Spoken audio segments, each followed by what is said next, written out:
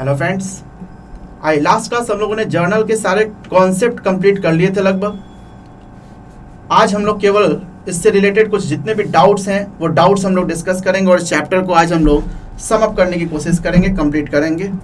आज हम लोग का जर्नल का होपली फाइनल क्लास होगा, तो बुक खोलिए और जो आपके कुछ डाउट्स आए हैं आज हमने उसे डिस्कस करना है। सबसे पहले आज हम लोग स्टार्ट करेंगे एक क्वेश्चन नंबर 15 का पॉइंट नंबर 6। देखिए जरा, केवल जितने डाउट्स हैं वही सब बातें होंगी। आज मैं बात कर रहा हूं क्वेश्चन 6 का, सॉरी क्वेश्चन 15 का, क्वेश्चन 15 का पॉइंट नंबर 6, पेज नंबर 9.71 पे आइए। पॉइंट नंबर 6 की मैं बात कर रहा हूँ। 9.71 पेज पे आ गए। ये डाउट में आया था कि provide 9% interest on capital amounting to ₹2 lakh. क्या सर इसकी एंट्री की जाए? क्या अमाउंट कुछ आपके प्रॉब्लम्स हो रहे थे? तो देखिए, इंटरेस्ट ऑन कैपिटल को हमने पढ़ लिया था। इंटरेस्ट ऑन कैपिटल के लिए बताइए इसकी एंट्री क्या होगी? Interest on capital account debit to capital account. हाँ जी, इसमें तो दिक्कत नहीं हुई होगी। इसका अमाउंट क्या लिया जाए वो दिक्कत है। तो देखिए, कह रहा है provide 9% interest on capital amounting to ₹2 lakh. तो 2 लाख अमाउंट पे इंटरेस्ट निकालना होगा, तो आपको वर्किंग नोट में यहां देखिए आपने कैलकुलेट करना होगा इंटरेस्ट ऑन कैपिटल। तो कह रहा है अमाउंट आपका कैपिटल का 2 लाख है, तो 2 लाख का 9%, हाँ जी ऐसे निकाला जा सकता है। तो 2 लाख का 9% ये कितना आ रहा है? 18,000 रुपीज। तो इसका मतलब बताइए इंटरेस्ट कितना हो गया? यही अगर मंथ दिया होता, 4 दे देता 10 मंथ, तो इंटू 10/12 भी करते, 4 6 मंथ तो इंटू 6/12। बट कुछ नहीं दिया, तो मैं मान के चल रहा हूँ पूरे साल आपका 2 लाख यूज हुआ होगा। तो सिंपल 2 लाख का 9% निकालेंगे, अमाउंट कितना आ जाएगा? 18,000। तो यहाँ पे लिख देंगे 18,000 बस। तो थोड़ा सा मेरे ख्याल में शायद अमाउंट में प्रॉब्लम आई होगी, तो ऐसे आपने पहले वर्किंग नोट में अमाउंट कैलकुलेट करना था, फिर बात करनी थी। ठीक है जी, चलिए एक आगे आइए, क्वेश्चन नंबर 16 को जो डिस्कस करेंगे। थोड़ी सी नई बात यहां पे है। देखिए,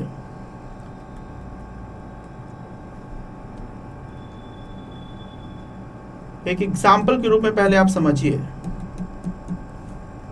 कि हमने परचेज किया मशीनरी ₹20,000 का, और उस मशीनरी को अपने घर तक लाने के लिए कैरिज दिया गया, इसका मतलब ढुलाई, वो दिया हमने 500 रुपीज। फिर इस मशीन को इंस्टॉल कराया, जहां हमने लगाना था, जैसे एसी लगाना था, मैंने एसी को इंस्टॉल कराया, तो इंस्टॉलेशन चार्ज हमने उसके लिए मान लिए 1500 रुपीज पे किया। हाँ जी, ऐसा हो सकता है। तो अभी तक जो आपने पढ़ा है, आप परचेज किए मशीनरी, तो machinery to cash, carriage paid किया आपने, धुलाई वगैरह पेड किया, तो कैरिज एक्सपेंसेज हो गया, कैरिज टू कैश, और इंस्टॉलेशन चार्ज आपने पे किया, तो इंस्टॉलेशन चार्ज टू कैश ये हो जाना चाहिए। बट ये दोनों जो है वो कहीं ना कहीं इस मशीनरी से डायरेक्ट रिलेटेड कॉस्ट, इस मशीनरी को लाने और लगाने का ही तो खर्चा है। तो कोई भी असेट्स, ध्यान से सुनिएगा मेरी बात, कोई भी असेट्स को आप परचेज करते हैं, उससे रिलेटेड जो भी आपका डायरेक्ट एक्सपेंसेज है, यानी उसको लाने लगाने उससे रिलेटेड जो भी खर्चा होगा, तो उस खर्चे को उस असेट्स में ही जाके ऐड कर दिया जाएगा। समझ आ रही है मेरी बात? कि कोई भी, ताकि उसकी वैल्यू हमें सच पूछिए तो ये मशीन आज के दिन में हमें फिर 20,000 और +5 +15 इसका मतलब 22,000 का पड़ा। अगर कोई मेरे से अगर बताइए पूछिए कि मशीनरी कितने का, तो सिर्फ 20,000 का नहीं, उसका लाने का, उसका लगाने का सब खर्चा जोड़िएगा या नहीं। तो इसीलिए वो सारे खर्चे क्या किए जाएंगे, उस मशीनरी में ही ऐड कर दिए जाएंगे, जिसके कारण आपका जो इसका जर्नल एंट्री बनेगा, इसका जर्नल एंट्री सिर्फ एक ही बनेगा, क्या, machinery account debit to cash account. कितना, तो ये सब जोड़ दीजिए 22,000 और 22,000। तो ध्यान रखें ये मशीनरी क्या है, असेट्स है, ये मशीनरी असेट्स।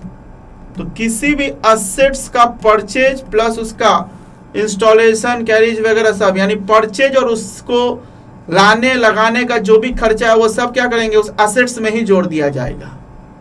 लेकिन ये सेम रूल आपका गुड्स पे अप्लाई नहीं होता।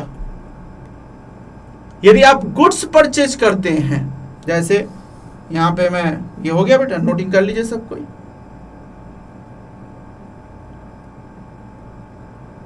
हो गया। चलिए आगे बढ़े। एक मैं दूसरा एग्जांपल ले रहा हूं, एग्जांपल 2। यदि आप परचेज करते हैं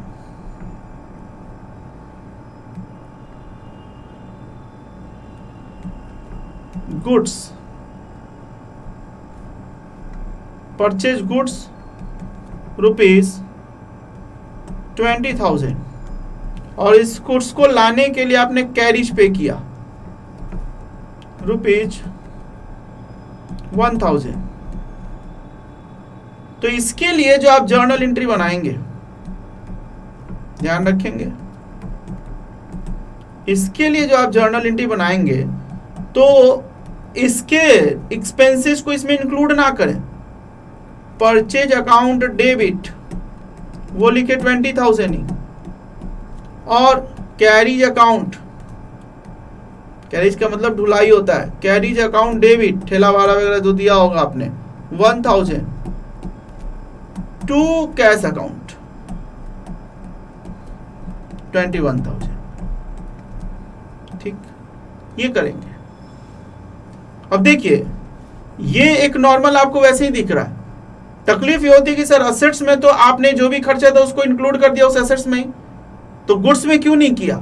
तो ध्यान रखें इसका हम लोग डिटेल एनालिसिस फाइनल अकाउंट में करेंगे। जब चैप्टर फाइनल अकाउंट पढ़ेंगे तो उसमें देखेंगे कि गुड्स से रिलेटेड जो भी डायरेक्ट एक्सपेंसेज होता है उस डायरेक्ट एक्सपेंसेज को अलग से ट्रेडिंग अकाउंट में शो किया जाता है। तो इसीलिए डायरेक्ट एक्सपेंसेस को गुड्स से रिलेटेड आपको अलग रखना पड़ता है ताकि ट्रेडिंग अकाउंट में वो हमारे एक्सपेंसेस शो हो जाए। लेकिन असेट से रिलेटेड जो भी आपके डायरेक्ट एक्सपेंसेज होंगे, डायरेक्ट एक्सपेंसेज का मतलब उसी पर्टिकुलर गुड्स से रिलेटेड डायरेक्ट कनेक्शन होता है, तो उसको हम लोग बोलते हैं डायरेक्ट एक्सपेंसेज। जैसे ये ढुलाई आपने सिर्फ इसी गुड्स के लिए दी, इसमें कोई और माल नहीं था, तो वो हो गया डायरेक्ट एक्सपेंसेज। लेकिन वही अगर जैसे एडवर्टाइजमेंट बोलते हैं, तो एडवर्टाइजमेंट आप पूरे बिजनेस के लिए करते हैं, किसी पर्टिकुलर गुड्स के लिए नहीं है, तो वो आपका इनडायरेक्ट एक्सपेंसेज होगा। इस पे चर्चा आगे होगी, बट अभी सिंपल समझिएगा कि गुड्स से रिलेटेड जो भी आपके डायरेक्ट एक्सपेंसेज है वो ट्रेडिंग अकाउंट में अलग से शो होता है, लेकिन असेट से रिलेटेड एक्सपेंसेज वो अलग से शो नहीं होता, वो क्या होता है उसी में इंक्लूड हो जाता है। तो ध्यान रखेंगे ये बात। इसी से रिलेटेड जरा क्वेश्चन नंबर 16 है, इसलिए हम उसे देखेंगे कि आपका कोई भी असेट्स, उससे रिलेटेड अगर कोई भी डायरेक्ट एक्सपेंसेज होता है तो उसको आपको क्या करना चाहिए, असेट्स में इंक्लूड कर देना चाहिए। ठीक है, हाँ ये चीज अप्लाई, ये रूल अप्लाई नहीं होता गुड्स पे। बस गुड्स का नॉर्मल जो सोच है वही सोच रखना पड़ता है। इसको अलग क्यों रखा, तो इसका छोटा सा हमने क्लू दिया कि इसे फाइनल अकाउंट जब हम लोग पढ़ेंगे तो देखेंगे उससे रिलेटेड डायरेक्ट एक्सपेंसेज को अलग से ट्रेडिंग में शो किया जाता है, इसके लिए उसको इंक्लूड नहीं करना होता है। ठीक है जी, तो बस इसी बेस पे आइए जरा हम लोग क्वेश्चन 16 की बात कर लें। चलिए जी, क्वेश्चन 16, एक एक करके मैं थोड़ा ऐसा करता हूँ, फॉर्मेट नहीं खींच रहा हूँ, बस फटाफट आपके चूंकि डाउट्स है मैं एंट्रीज बताते जाता हूँ। तो आइए सबसे पहले देखिए, जनवरी 5 को कह रहा है, क्वेश्चन नंबर 16 देख रहे हैं, पेज नंबर 9.71। जनवरी 5 को कह रहा है purchase goods for cash ₹10,000 and spends ₹200 for their carriage.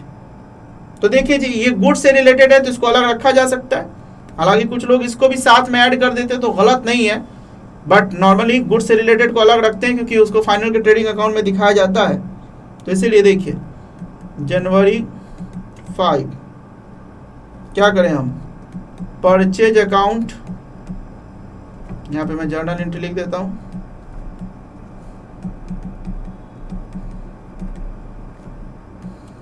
Journal entry purchase account debit to, sorry आपका कुछ कैरिज भी हुआ है,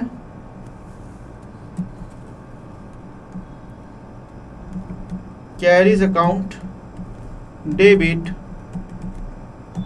टू कैश में हुआ है, तीसरे टू कैश अकाउंट। बताइए परचेज कितना का 10,000 और कैरिज है 200, इस तरह से यहाँ कितना आ जाएगा 10,200, एक हो गया। नेक्स्ट नरेशन वगैरह सब आप लिख लेंगे, मैं सिर्फ एंट्री क्लियर करवा रहा हूँ आपका। जनवरी 10 purchase machinery for cash 50,000 spend ₹5,000 carry. अब देखो ये एसेट्स हो गया, तो जनवरी 10 को आप क्या करेंगे, मशीनरी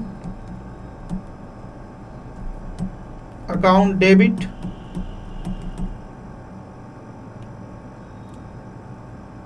ठीक टू, सब कैश में ही है तो कैश कर देते हैं, टू कैश अकाउंट कितना हो जाएगा 50,500, 50,500। लो जी, इसके बाद है 15 को जनवरी 15, तो देखिए क्या पेड करा 20,000 for cement, 10,000 for timber and 5,000 for wages for the construction of building. तो बिल्डिंग बनाने में ये सब खर्चा हो रहा है, तो इस सब को क्या करना चाहिए, एक साथ आपका डाल देना चाहिए, किस में, बिल्डिंग में, building account debit to cash account, सबको ऐड कीजिए, 20 and 30 35,000 हो गया ये।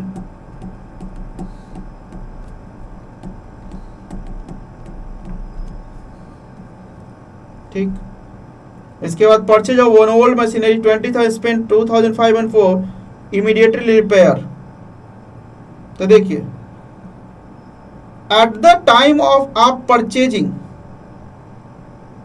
ध्यान रखिएगा, यदि हम मशीनरी पहले से परचेज किए हुए हैं और बाद में कभी बीच में हमें रिपेयरिंग की जरूरत पड़ी, तो फिर रिपेयरिंग का एक अलग एंट्री बनता है, repairs account debit to cash account. लेकिन जब आपने परचेज किया, एक सेकेंड हैंड हमने ओल्ड मशीनरी परचेज किया 20,000 का और 2,500 रुपया उसको, यानी सच पूछे तो अभी तक अपने यूज करने तक लाने में हमने 2,500 रुपया खर्च कर दिया, तो at the time of purchasing ही आपने खर्च कर दिया 2,500 रुपया फॉर रिपेयरिंग, तो इसको क्या करना चाहिए, उस मशीनरी में ही ऐड कर देना चाहिए। और यदि मशीनरी ऑलरेडी हमारे पास पहले से आ चुका है, बाद में बीच में साल 2 साल बीच में कभी मशीनरी हमारा गड़बड़ हुआ तो हमने रिपेयर कराया, तो क्या फिर मशीनरी में जोड़ेंगे, नो, फिर एक repair account debit to cash account अलग बनाएंगे। तो ये तो बताइए परचेज करते समय ही कह रहा है कि ओल्ड मशीनरी हमने परचेज किया और फिर स्पेंड किया 2,500 रुपया on its immediate repair, immediate तुरंत आपने रिपेयर करवाया, तो ये इसका मतलब machinery account debit to cash account, दोनों को ऐड करके हम लोग लिखेंगे 22,500, 22,500। ठीक, and the last one January 20, January paid 500 for repairing some other machinery. देखिए वही बात कि अदर मशीनरी वो इज ऑलरेडी हमारे पास पहले से है, वो तो बीच में कभी रिपेयरिंग की जरूरत पड़ी तो ठीक है sir, repair account debit to cash account, ये एक आपका नॉर्मल खर्चा हो गया, कितना 500 बस। तो देखिए ध्यान से, ये कुछ हमने देखा कि आज सीखा कि कोई भी असेट्स परचेज करते हैं तो उससे रिलेटेड जो भी एक्सपेंसेज होंगे लाने लगाने के, वो सब उस असेट्स में इंक्लूड कर दिया जाता है। हाँ, ये रूल नॉर्मली हम गुड्स पे अप्लाई नहीं करते हैं। चलिए 16 हो गया। अब आइए आगे, एक क्वेश्चन नंबर 17 का, ये हो गया, सबने नोट कर लिया। आज केवल हमने बस डाउट ही डिस्कस करना है, कॉन्सेप्ट सारा खत्म है, केवल डाउट हम लोग लेंगे और चैप्टर आज हम लोग कंप्लीट करेंगे। क्वेश्चन 17 की बात कर रहे हैं। देखिए 17 में एक पॉइंट नंबर जून 20 का, जून 20 का डाउट था। तो आए जून 20, जो डाउट है मैं केवल उसी की बात करूंगा। जून 20 में कहता है कि purchase land for ₹2 lakh and paid 1% as a brokerage and ₹15,000 as registration charge on it. Entire payment is made by check. तो भाई ये तो तय है, इसका मतलब असेट्स है, तो लैंड अकाउंट डेबिट टू, सारा पेमेंट चेक से किया गया तो टू बैंक अकाउंट, और जो भी खर्चा सब उसी एसेट्स में इंक्लूड हो गया होगा। अब कितना है, तो 2 लाख तो है और 1% ब्रोकरेज। तो बताइए, तो यहाँ वर्किंग नोट में निकालिएगा, ब्रोकरेज जो है आपकी 1%, तो 2 लाख इंटू 1%, तो 1/100, बताइए 2 जीरो खत्म, ये तो बचा कितना 2000। तो 2000 रुपीज ब्रोकरेज लग गया, 2 लाख का हमारा लैंड है और 15,000 रुपीज आपका रजिस्ट्रेशन का। तो टोटल मिला के बताइए 2,17,000 हो जाएगा। तो लो ना जी, बस तीनों को हमने जोड़ के एंट्री बना दी। ठीक है जी, बस और कोई क्वेश्चन 70 में था नहीं, बस यही छोटा सा पॉइंट था। इसके बाद आपका एक डाउट था क्वेश्चन नंबर 22 में।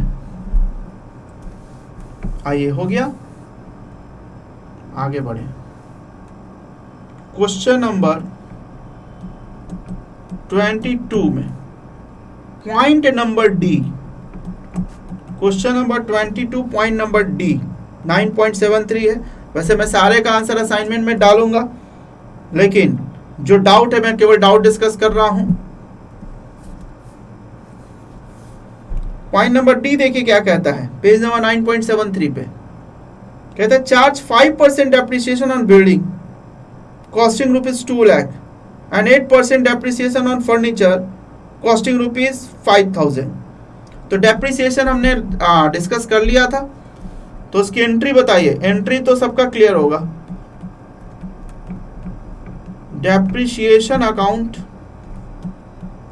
डेबिट टू एसेट्स बोलते हैं, तो एसेट्स आपको पता है कौन कौन है, तो एसेट्स है टू बिल्डिंग अकाउंट,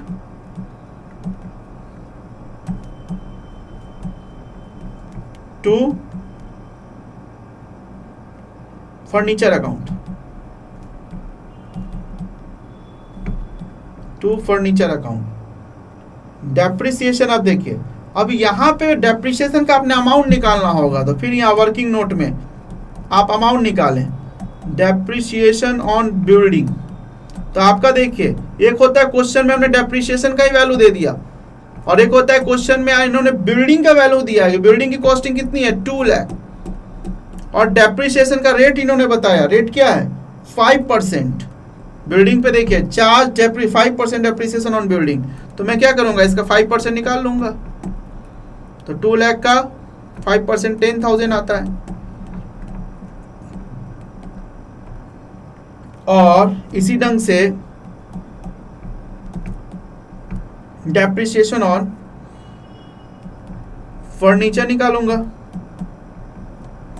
फर्नीचर कितने का है, सिर्फ 5,000 का है। ध्यान रखेंगे, वो फर्नीचर की कॉस्टिंग बता रहा है या डेप्रिसिएशन का अमाउंट बता रहा है, ये जरूर क्वेश्चन को ध्यान से केयरफुली रीड करें। तो यहाँ पे मुझे क्लियरली पता चल रहा है फर्नीचर कॉस्टिंग है 5000 इंटू 8% आपका डेप्रिसिएशन है, तो 5000 का 8% 400 रुपीज आ जाएगा, ₹400। तो लो जी यहाँ डालिए, बिल्डिंग का डेप्रिसिएशन 10,000 है और इसका 400 है। इस तरह से डेप्रिसिएशन टोटल कितना हो गया 10,400। Depreciation account debit to furniture 10,400। बस हो गया जी। तो क्वेश्चन नंबर 22 का पॉइंट नंबर डी क्लियर है।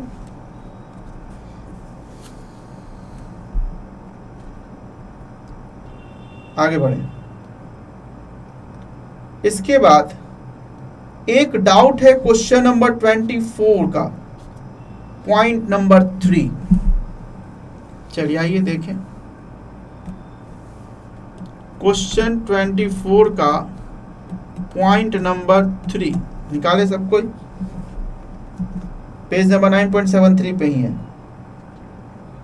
देखिए क्वेश्चन ने क्या बोला है कि paid by cheque ₹8,400 as a insurance premium for a period of 12 month starting 1 August 2016, financial year close on 31 March every year. अब देखिए होता क्या, पहले प्रैक्टिकली भी समझ ले कि आपका फाइनेंशियल ईयर नॉर्मली 1 अप्रैल से लेकर 31 मार्च का होता है, कुछ लोग जनवरी टू दिसंबर भी करते हैं, ठीक है जी। क्वेश्चन ने भी कह दिया है कि वो मार्च वाला ही है, यानी 1 April to 31 March, that is your financial year, यानी इस साल का हमने अकाउंटिंग करना है। लेकिन इंश्योरेंस जो आप कराते हैं, इंश्योरेंस में 2 बातें होती है, ध्यान दीजिएगा। पहली बात ये कि जब इंश्योरेंस करते हैं तो उसका जो हम प्रीमियम पे करते हैं वो नॉर्मली एनुअल होता है, साल का सीधा देते हैं। 1 साल का प्रीमियम चलता है, सीधा 1 साल का दे देते हैं। जैसे इस क्वेश्चन ने भी बोला कि वो 1 साल का इन्होंने प्रीमियम दे दिया 8,400, ठीक। और दूसरी बात ये होती है कि जो आप इंश्योरेंस कराएं, क्या ये जरूरी है कि हमेशा साल के पहले दिन ही करवाओ कि 1 अप्रैल से चलो साल शुरू हो रहा है, हाँ पहला दिन चलो और इंश्योरेंस करवाते हैं? No, insurance during the year किसी भी पॉइंट ऑफ टाइम पे हो जाता है। कभी भी आप कन्विंस हो जाते हो कि हाँ चलो इंश्योरेंस करवा लेना चाहिए, तो चलो इंश्योरेंस करा लेते हैं, चाहे वो 15 जुलाई हो सकता है, अगस्त हो सकता है, सितंबर, नवंबर, किसी भी डेट को हो सकता है।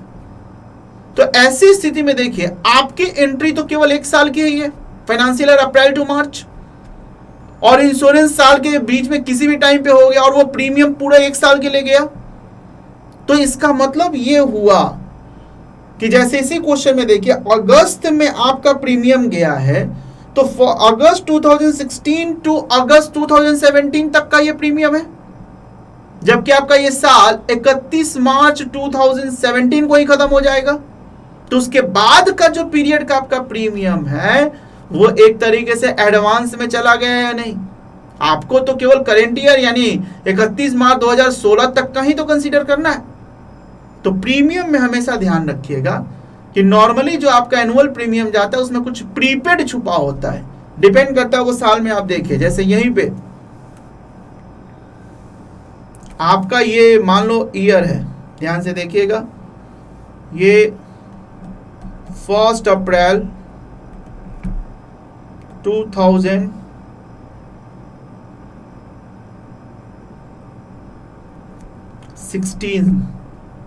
टू 31 मार्च 2017, ये आपका बताइए क्या हो गया?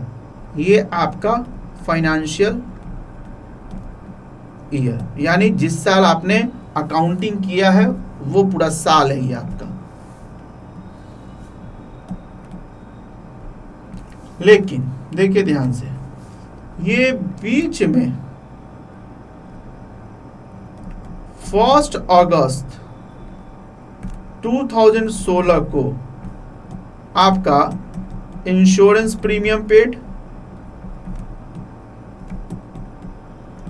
अब ये 1 अगस्त 2016 को जो प्रीमियम पेड हुआ, तो देखिए इसका पीरियड 31 जुलाई 2017, चूंकि 1 साल के लिए गया है ये, तो 1 अगस्त को पे किया तो 31 जुलाई 2017 तक जाएगा। जबकि आपका साल 31 मार्च को ही खत्म हो गया है। तो ऐसी स्थिति में ध्यान से देखिएगा, ये 31 मार्च से लेकर ये 31 जुलाई तक का जो पीरियड है, बताइए कितना मंथ होगा? अप्रैल, मई, जून, जुलाई, 4 महीना, दैट इज योर 4 मंथ। ये 4 मंथ बताइए, ये प्रीपेड एडवांस में पेमेंट हो गया या नहीं?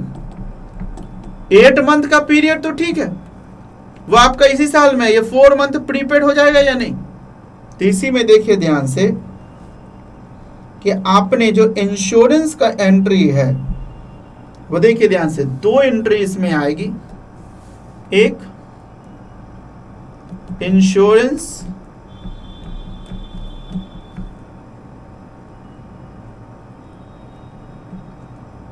Premium account debit to, cheque से किया है ना, तो टू बैंक अकाउंट 8,400, 8,400। लेकिन इसी के साथ साथ एक और एंट्री आएगी, prepaid insurance account, prepaid insurance account debit to insurance premium account. ये प्रीपेड का, आप कितना प्रीपेड होगा? तो देखिए इस प्रीपेड के लिए हम क्या निकालेंगे, यहां पे निकालेंगे हम वर्किंग नोट में प्रीपेड इंश्योरेंस अमाउंट निकालिए। तो हम लोग कह सकते 8,400, ये तो आपका पूरे 12 महीने के लिए, तो 4 महीने का कितना होगा? तो 8,400 इंटू 4 डिवाइडेड बाई 12, ये आ जाता है 2,800। कितना आ जाएगा ये? 2,800। तो प्रीपेड कितना हो गया? 2,800, 2,800। बस ये कुछ डाउट था? क्वेश्चन नंबर 24 का पॉइंट नंबर 3। इंश्योरेंस में ये बहुत ही कॉमन है कि ये प्रीपेड वाला पॉइंट हमेशा लगभग छुपा ही होता है। उसका रीजन भी हमने आपको बताया कि इंश्योरेंस साल के बीच में किसी भी टाइम पे हो जाता है, और जब भी होता है लगभग प्रीमियम हमारा 1 साल का ही जाता है, इसलिए कुछ पार्ट इस साल का और कुछ पार्ट अगले साल का एडवांस हो जाता है।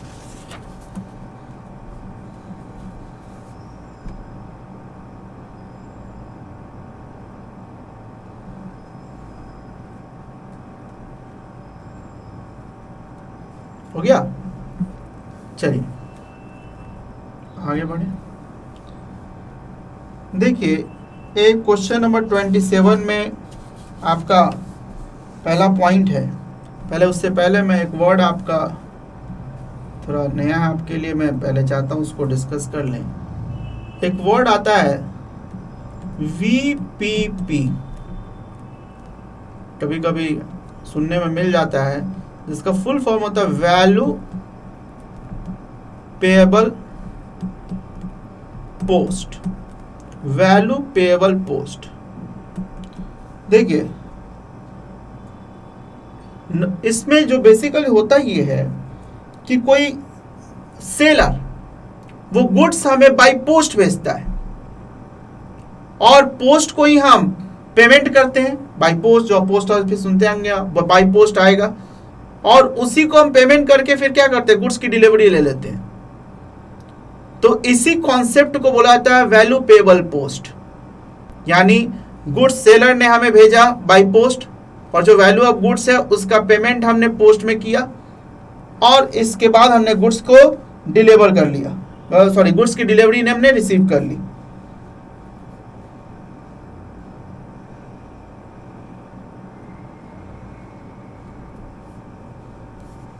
बताइए ठीक है जी? तो 2 लाइन लिख लीजिए इस पे।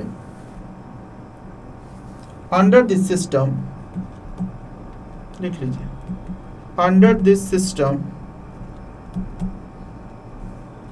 सेलर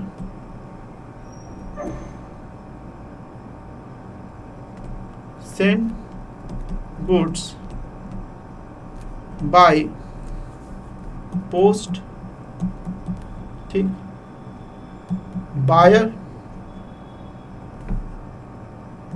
पे the value of goods to post office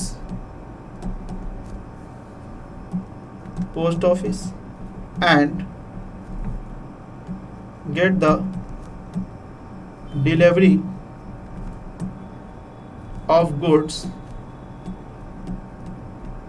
from post office, ठीक है जी। इसी को बोला था वीपीपी। तो ठीक है जी, नॉर्मली माल परचेज करने का ये एक तरीका होता है कि बाई पोस्ट गुड्स आया, उसको हमने पेमेंट कर दिया और गुड्स की डिलीवरी ले ली। अल्टीमेटली है तो आपके लिए एक नॉर्मल परचेज ही ना, तो एक नॉर्मल परचेज की एंट्री जो होती है वो एंट्री कर देनी चाहिए। तो आइए, यही पॉइंट आपका क्वेश्चन नंबर 27 में जो पहला पॉइंट है, देखिए वही पहला पॉइंट कह रहा है, received a VPP from Mohanlal for ₹25,000, sent a peon to collect it, who paid ₹200 as a cartage। अब देखिए यहाँ पे नॉर्मली एक ऐसा लग रहा है कि रिसीव्ड वीपीपी फ्रॉम मोहनलाल, ये एक तरीके से पार्टी का नाम दिया हुआ है, कैश है या क्रेडिट क्लियर नहीं है, तो हम इसको नॉर्मली क्या मान लेते हैं, क्रेडिट। तो purchase account debit to Mohanlal नहीं लिख देंगे, लेकिन जैसे ही वर्ड दिया वीपीपी, तो वीपीपी का मतलब क्लियर है कि वहां तो हमने पोस्ट ऑफिस में पेमेंट किया होगा तब गुड्स की डिलीवरी मिली होगी। तो गुड्स हमारे पास अगर आ गया तो इसका मतलब अंडरस्टूड है कि पेमेंट हो चुका होगा, ये वीपीपी के कारण, क्योंकि वैल्यू पेबल पोस्ट में तो पेमेंट के बाद ही हमें गुड्स की डिलीवरी हो रही है। तो इसीलिए बताइए इसकी एंट्री है तो normal purchase account debit to, बताइए क्या मोहनलाल लिखे, नो, कैश अकाउंट, क्योंकि आपका पेमेंट जा चुका है, वीपीपी में अंडरस्टूड है पेमेंट चला गया होगा। और साथ में बोला है कि प्यून ने गुड्स को जो कलेक्ट किया उसके लिए 200 रुपए कार्टेज पेड किया, तो गुड्स का मामला है, तो कार्टेज को अलग रखा जा सकता है, कार्टेज अकाउंट डेबिट। असेट्स होता तो इंक्लूड कर देते। तो बताइए परचेज कितना हुआ, 25,000, कार्टेज कितना है 200, और इस तरह से क्या हो जाएगा 25,200। लीजिए जी, तो एक वीपीपी वर्ड है, उसे ध्यान रखें कि वैल्यू पेबल पोस्ट है, इसमें पोस्ट ऑफिस के थ्रू हमारे पास माल आता है, पेमेंट करते हैं, फिर डिलीवरी लेते हैं। तो भले ही वो लिखा है वीपीपी फ्रॉम मोहनलाल, लेकिन ये कैश ट्रांजैक्शन है। चलिए हो गया। एक आइए क्वेश्चन नंबर 28 में भी कुछ डाउट्स हैं आपके, बड़ा अच्छा है, देखिए नोट कर लिया सबने। तो आइए क्वेश्चन नंबर 28 देखिए, क्वेश्चन 28। क्वेश्चन नंबर 28 का जो आपका डाउट है, सबसे पहले शुरुआत हुआ है अप्रैल 12 से, अप्रैल 12। देखिए पेज नंबर 9.75 पे फटाफट आइए, 28 का देखिए अप्रैल 12 कह रहा है कि sold personal car for the proprietor, sorry sold personal car of the proprietor for ₹80,000 against cheque which was deposited into the firm's bank account. सबसे पहले मैं बार बार कहता हूं, बिजनेस अलग और पर्सनल अलग है, प्रोप्राइटर अलग है। अब प्रोप्राइटर की कार है, इसका मतलब वो उसका पर्सनल कार होगा, क्या वो बिजनेस फर्म की कार है? नो, वो तो प्रोप्राइटर की एक अपनी अलग पर्सनल कार है। उस कार को उसने बेचा, ठीक, और लेकिन बेच के जो उसको पैसा मिला वो फर्म के बैंक अकाउंट में डाल दिया। तो इसका मतलब बिजनेस में पैसा आया, लेकिन कार बिजनेस की नहीं है, ध्यान रखिएगा। अगर यही फर्म की कार बेची और उसका पैसा फर्म के अकाउंट में आ गया तो एंट्री बहुत आसान है। इसका मतलब हो गया कि आपका कार गया, पैसा या bank account debit to car account, that's it. लेकिन यहां ध्यान दीजिएगा, ये कार फर्म की नहीं है, ये कार प्रोप्राइटर की है, दैट इज पर्सनल। यानी घर पे पैसा आया होगा, लेकिन वो पैसा फर्म के बैंक अकाउंट में डाल दिया गया होगा। संपत्ति कौन सी गई? घर की। वो फर्म की कोई संपत्ति नहीं गई। कार तो प्रोप्राइटर का पर्सनल था और उसको बेचकर वो पैसा फर्म में आ गया। तो इसका मतलब फर्म के पास, हम किसकी बुक में एंट्री करते हैं? बिजनेस फर्म के बुक में एंट्री करते हैं। तो इसका मतलब ध्यान रखें, पैसा आया तो बैंक अकाउंट डेबिट, जो कि फर्म के बुक में आया है कितना रुपया? 80,000। टू, यहीं पे ध्यान रखना है, ये कार हमारी नहीं थी इसलिए टू कार अकाउंट नहीं लिख सकते। तो फिर क्या भाई, घर वाले ने अपना कार बेचा, जमीन बेचा, कुछ भी बेच के पैसा हमारे बिजनेस को दिया। तो घर से जो भी बिजनेस में आता है बताइए वो क्या कहलाता है? वो कहलाता है कैपिटल अकाउंट। घर से जो भी बिजनेस में है वो सब कैपिटल है। तो बस इसमें यही बात समझना था कि कार प्रोप्राइटर का यानी पर्सनल यानी घर वाली बात है, और घर का पैसा फर्म में आया है इसलिए bank account debit to capital account होगा। ठीक है जी, चलिए ये था एक डाउट।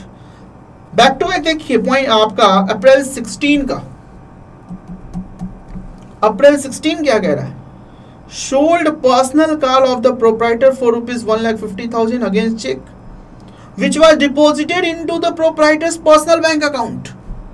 अब देखिए, कार भी प्रोप्राइटर की पर्सनल, और जो चेक मिला उसको पर्सनल अकाउंट में ही उसने जमा कराया। तो बताइए बिजनेस के पास कोई आना या जाना हुआ? कार ना हमारी थी ना पैसा हमारे पास आया। तो बताइए जी बिजनेस क्यों इसको रिकॉर्ड करे? अब आप ही सोचिए कि अमिताभ बच्चन ने अपनी कार बेची और उसका पैसा उनके अकाउंट में चला गया, तो क्या मैं इसकी एंट्री करूं? क्या मुझे क्या मतलब इससे? तो बिजनेस को बताइए इस एंट्री से, इस ट्रांजैक्शन से कोई मतलब है? क्योंकि बिजनेस अलग घर अलग। घर की कार बिकी और पैसा घर में ही आ गया, बिजनेस के पास ना आना हुआ ना जाना हुआ। तो बताइए क्या कोई यहाँ पे एंट्री होगी? No entry. ये बात बिल्कुल आसानी से समझ जाएंगे यदि आप ये बात फर्क करके चले, बिजनेस अलग घर अलग। हाँ, घर से अगर बिजनेस में कुछ आया तो वो कैपिटल, और बिजनेस से कुछ घर में गया तो ड्राइंग्स।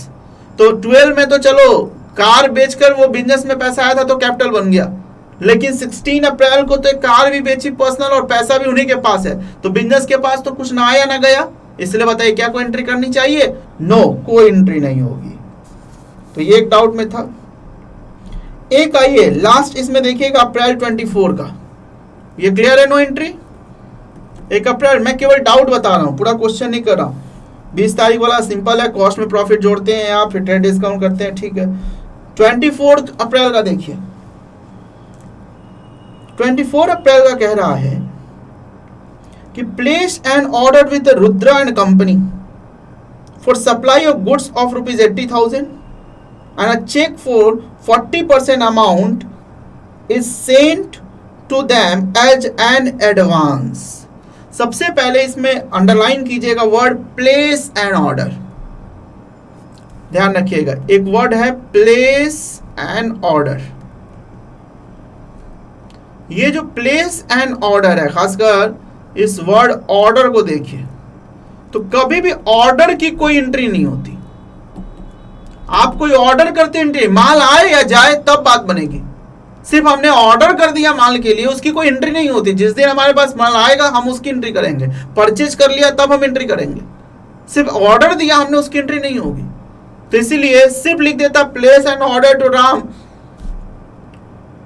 फुल गुड्स इतना इतना, नो एंट्री, उसकी कोई एंट्री नहीं होगी। हाँ, लेकिन इसमें आपके पास एक एडवांस गया है 40% ऑफ ₹80,000 का, तो उसमें तो जेब से कुछ गया। ऑर्डर में ना कुछ आता है ना जाता है, इसलिए ऑर्डर की हमेशा याद रखें नो एंट्री। लेकिन इसमें 80% एडवांस गया है, तो एडवांस जो आपने दिया है उसकी एंट्री होगी। ठीक है जी, तो वही एंट्री हम कर रहे हैं। ध्यान दीजिएगा, यहां पे जो लिखा हुआ है 40% अमाउंट ऑफ ₹80,000, ठीक है जी, सेंट एज एन एडवांस लिख देते हैं, सेंट एज एन एडवांस। तो सर इसकी केवल एंट्री होगी, ऑर्डर प्लेस करने की हमारी कोई एंट्री नहीं होगी, इसकी केवल एंट्री होगी। इसकी एंट्री क्या होगी?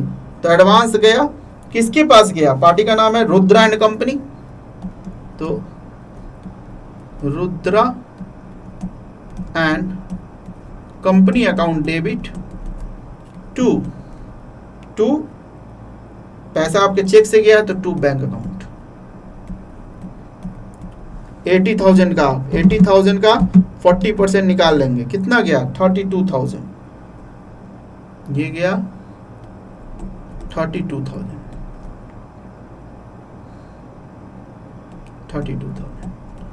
बस एडवांस की एंट्री केवल हुई है, ठीक है जी। बीइंग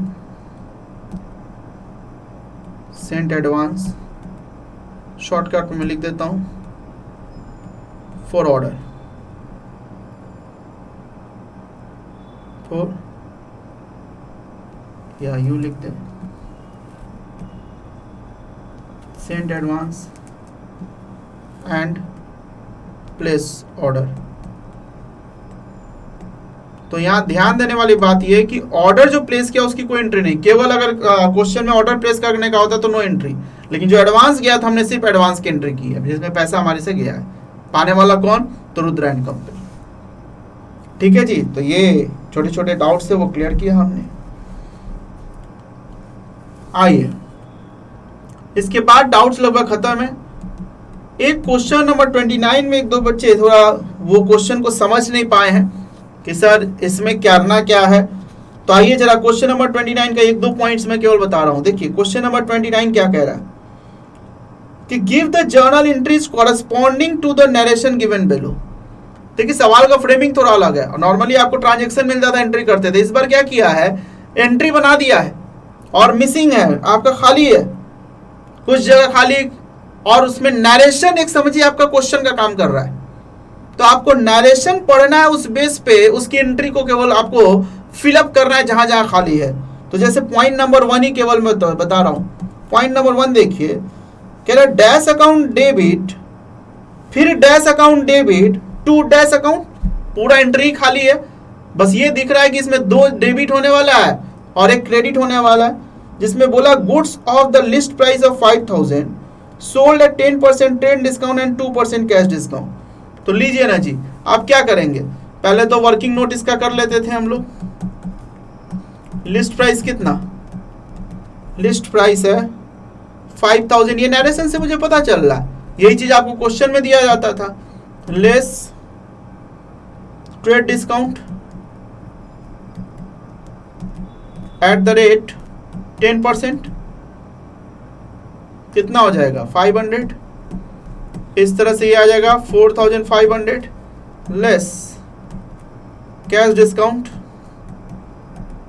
एट द रेट कितना परसेंट, 2%। बताइए 4,500 इंटू 2/100, 4,500 इंटू 2%, 90 रुपीज। लीजिए जी 90 रुपीज आ गया, 4,500 माइनस 90 हुआ, कितना हो जाएगा 4410, 4410। ये आपका नेट हमने क्या किया, गुड्स ऑफ द लिस्ट पर सोल्ड किया, तो नेट कैश रिसीव्ड हो जाएगा। अब बताइए जब इतना पता चल गया तो अब फिलअप हो जाएगा। डैश अकाउंट डेबिट में क्या होगा, हमारे पास सेल किए हैं, चेक नहीं ना था, कैश था, तो कैश अकाउंट डेबिट हो जाएगा, तो कैश अकाउंट भर दीजिएगा। फिर यहां पे डिस्काउंट अलाउड अकाउंट हो जाएगा, डेबिट 2 डेबिट आ रहा है, कैश में कितना आया आपके पास 4410, डिस्काउंट में कितना 90 और 2 सेल्स अकाउंट हो जाएगा कितना 4,500। बस यही तो करना है आपको, ठीक है। ये तो बस नरेशन समझिए, क्वेश्चन का काम कर रहा है, उस ढंग से पढ़ते जाइए, ठीक है। सेम यही आई है, एक क्वेश्चन नंबर 30 लास्ट का रोका था, वो भी देख लीजिए। देखिए क्वेश्चन नंबर 30 में 30 कह रहा rectify the following entries assuming that the narration in each case is correct. ये समझो किसी बच्चे ने कॉपी जमा कराया आपके पास और आपको उसको चेक करना है और जहां गलती है उसको ठीक करना है। अब चेक कैसे करना है, तो क्वेश्चन आपका फिर यहाँ पे नरेशन वही क्वेश्चन है, उसी से समझना है आपको। तो देखिए पहला एंट्री लिखा है 2020 का May 4, एंट्री लिख दिया building account debit, brokerage account debit to bank account, ठीक है। और नीचे दिया purchase of building and payment of brokerage on its purchase.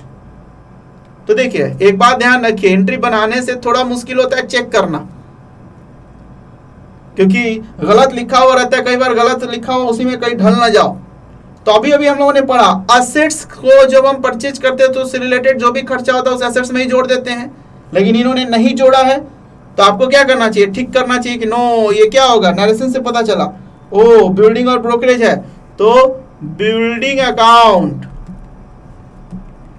Debit to bank account, और बिल्डिंग और ब्रोकरेज दोनों एक साथ जोड़ो। इसमें कितना होना चाहिए 5,10,000 इकट्ठे दिखाना चाहिए और 5,10,000। तो एक तरह से हम कॉपी चेक कर रहे हैं, जो गलती हो रही है उसको हम ठीक कर रहे हैं। उसी तरह दूसरा drawings account debit to sales account, goods taken away by the proprietor for personal use.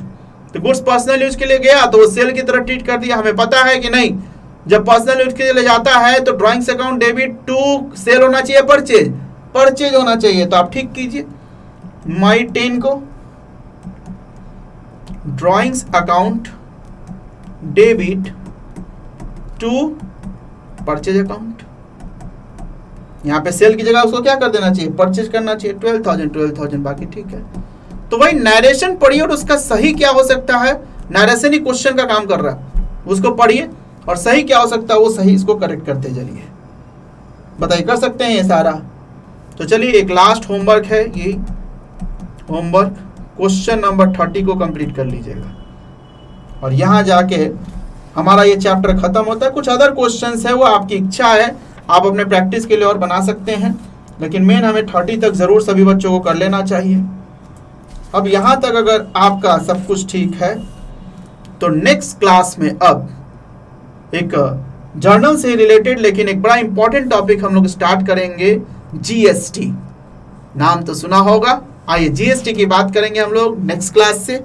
आज हम लोग यहीं रुकते हैं, आज के लिए इतना ही। Thank you friends.